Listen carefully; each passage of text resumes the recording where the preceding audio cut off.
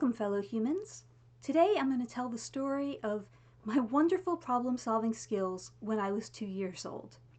So it was a little past my second birthday, and my mother took me shopping for a dress for my father's upcoming surprise birthday party.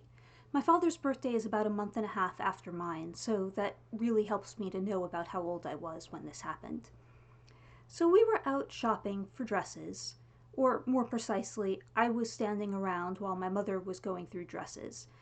I was looking around the department store, bored, not looking forward to trying on a bunch of dresses, and hoping that something more interesting would come up.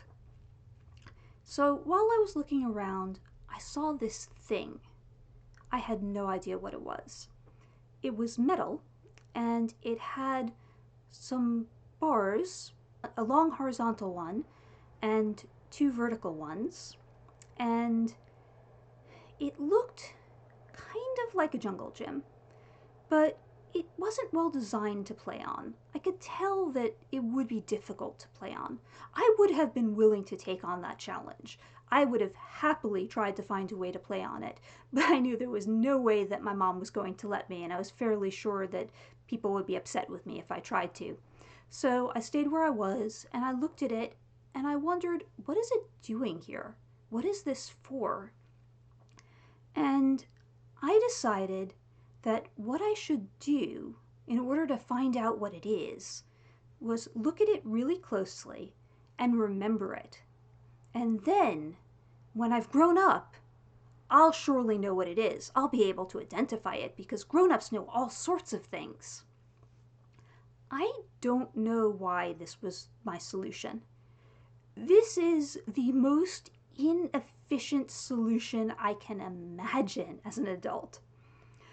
I don't know why I didn't just ask, "Hey, Mom, what's that thing?"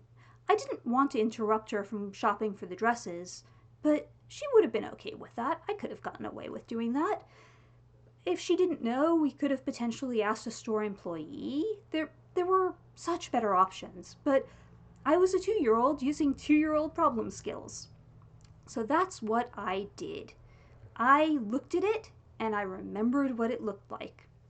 And then, for years afterward, I would sometimes remember that incident. I would think about that thing that I had seen, and I would be really pleased that I still had the memory of it in my mind. I could still picture what it looked like. And for a long time, I would look at it and go, weird thing, wonder what that is, not really think about it. And then I got older and I'd just more pull up the memory and think, wow, it's great that I still have this visual memory. It's one of my earliest visual memories. And then, at some point in my 30s, I thought to myself, you know, I didn't just remember this so I'd have this memory for the rest of my life. Young me had a point in remembering this. I was supposed to remember this so that when I was a grown-up, I could look at it and I could figure out what it was. And I am a grown-up, and there aren't a lot of mystery objects in department stores. I should be able to figure out what this is. So I pulled up the memory and I looked at it, and it did look really weird, and I couldn't immediately tell what it was. But then I thought to myself, I was so much shorter back then.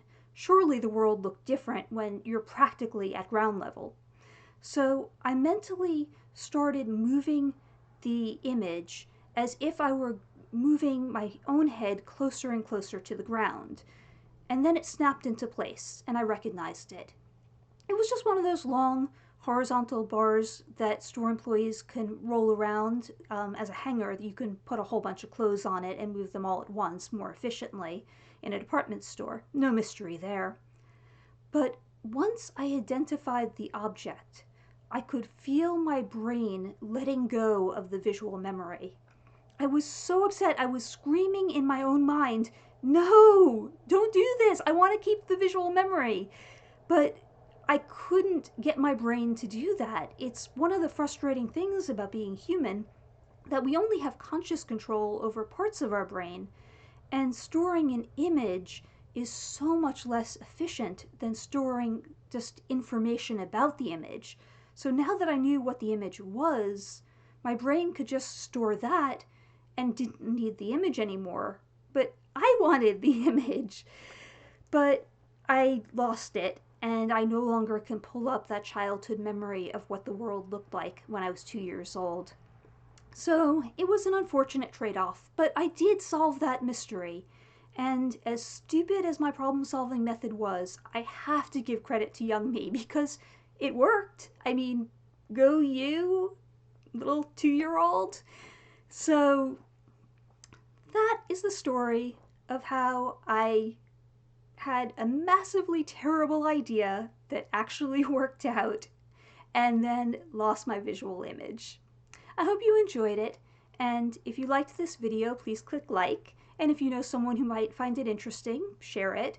But most of all, if you have any questions or thoughts or similar experiences, please, I'd love to read your comments. And of course, if you'd like more content, you can subscribe. Thank you.